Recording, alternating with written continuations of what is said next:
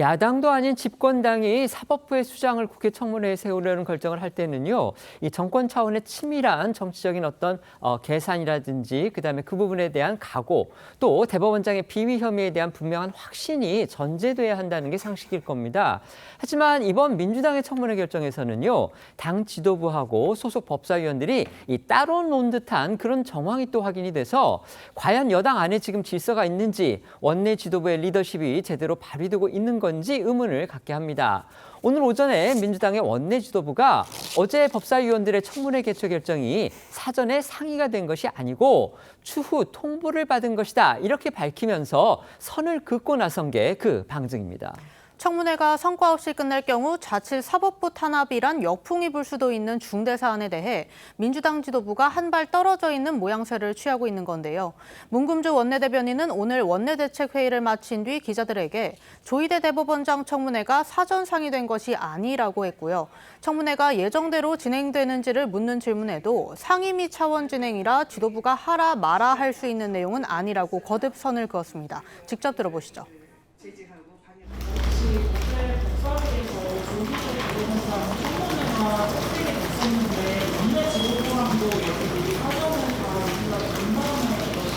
사전에 상의는 안 됐고요. 법사위 차원에서 의결이 된 걸로 추후 통보를 받았습니다. 법사위 청문회 의결된 거는 그러면 그냥 그대로 진행을 하는 건지 아니면 오늘 따로 상의를 해서 일정이 바뀌거나 아니면 신호되거나 할 수도 있는데 지금 상임위 차원에서 진행이 된 거기 때문에요. 그거를 지도부가 해라 하지 마라 할 수 있는 내용은 아닌 것 같고요. 그대로 진행된다고 보시면 될 것 같습니다. 이제 따져보겠다는 그 핵심 쟁점은 크게 두 가지로 보입니다. 하나는 지난 5월에 나왔던 대법원의 이재명 대통령 무죄 취지 그 파기환송 판결, 이게 대선 개입 아니었느냐, 이 부분하고요. 그다음에 한덕수 전 총리 등과 조희대 대법원장이 회동을 해서 이재명 대통령 사건에 대해서 뭔가 협의를 했다, 뭔가 거기에 대해서 의견을 밝혔다. 지금 이 두 가지 내용을 대선 개입으로 몰아붙이면서 추궁을 해보겠다, 지금 이겁니다. 그런데 두 부분과 관련해서 이제 판결이야 나온 거고요. 그 회동 의혹과 관련해서는 지금 전혀 어떤 직간접적인 증거라든지 그다음에 근거가 나오지 않은 상태인데, 이런 상황에서 사법부의 수장을 지금 국회 청문회장에 세우겠다, 지금 이겁니다. 그런데 더욱더 눈길을 끄는 부분이 하나 있습니다. 아까 저희 기자들이 소개를 해드렸던 것처럼 원내 지도부, 그러니까 집권당의 원내 어떤 전략을 다 책임지는 곳이죠. 어떻게 보면 총지휘탑이라고 할 수도 있는데, 정작 원내 지도부는 법사위원들이 알아서 자기들이 결정한 것이다. 그러니까 우리는 거기에 대해서 상관하지 않는다. 아마 계획대로 하긴 할 것 같다. 우리는 추후에 통보받았을 뿐이다. 또 이렇게 얘기를 하고 나서서 이게 집권당의 원래 전략이 이렇게 지금 제각각으로 노는 것이냐. 좋게 보면 독립적이고 자율적으로 하는 거겠지만요. 어쨌든 일각에서는 또 그런 시각도 있는 듯합니다. 어떻게 생각하십니까?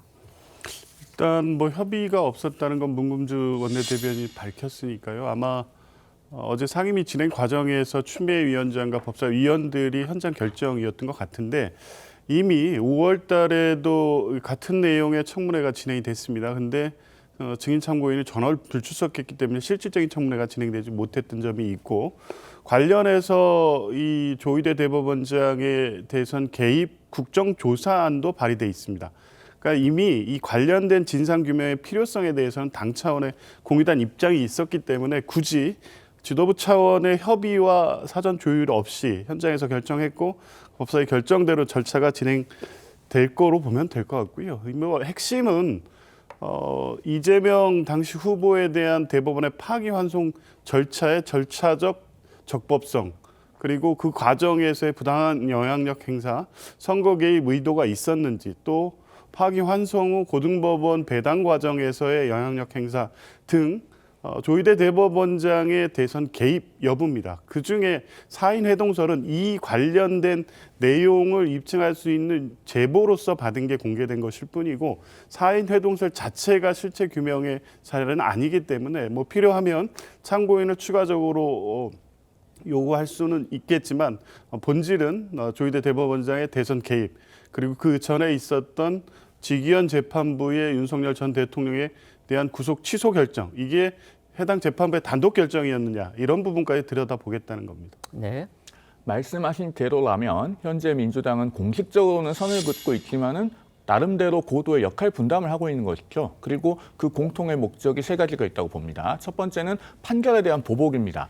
대법원 전원합의체 판결을 가지고 대법원장을 계속 공격하고 이제는 청문회에 또다시 불러서 망신주기를 해보겠다는 것인데 그것은 결국에는 대법원장 개인에 대한 공격이 아니라 대법원 전체에 대한 공격이다라는 점을 여러 번 말씀드린 바 있습니다. 대법원 전원합의체 판결은 대법원장 혼자 하는 것이 아니고 그 절차가 무리했다면은 대법관들이 평의에 나가지도 않았을 것이고 의견을 밝히지도 않았을 것이고 판결서에 서명을 하지도 않았을 것입니다. 두 번째는 겁박입니다. 이재명 대통령의 5개의 형사재판은 공식적으로 정지되는 것이 아닙니다. 다만 공판기일이 지정되고 있지 않을 뿐인데 이 헌법 84조 문제는 엄연히 해소된 것이 아니고 그렇기 때문에 아마 여권 내부에서는 내년 1월에 법관 인사이동이 있고 나면은 새로운 재판부가 5개의 사건 중 어느 한두 개라도 절차를 공판기일 지정을 통해서 재개할 수 있는 것이 아니냐 이런 막연한 의심을 하고 있는 것으로 보입니다. 그렇기 때문에 대법원장을 겁박해서 어떻게든 그런 것을 막아보겠다라고 하는 권력 남용을 하고 있는 것이다 이렇게 보여집니다. 세 번째는 이해충돌이죠. 저 법사위에 속해 있는 서영교 의원부터가 근거 없는 의혹 제기에 대해서 사과하고 책임을 져야 할 분입니다. 그런데 도리어 대법원장과 대법관을 불러서 청문회를 하겠다고 하는 적반하장과 같은 일이 우리 국회에서 벌어지고 있습니다. 이런 식으로 계속 입법 권력이 남용되고 국회가 스스로 바뀌지 않는다면 아마 국민들께서 국회 입법 권력을 교체하는 그런 선택을 종국에는 하시게 될 것이라고 생각합니다.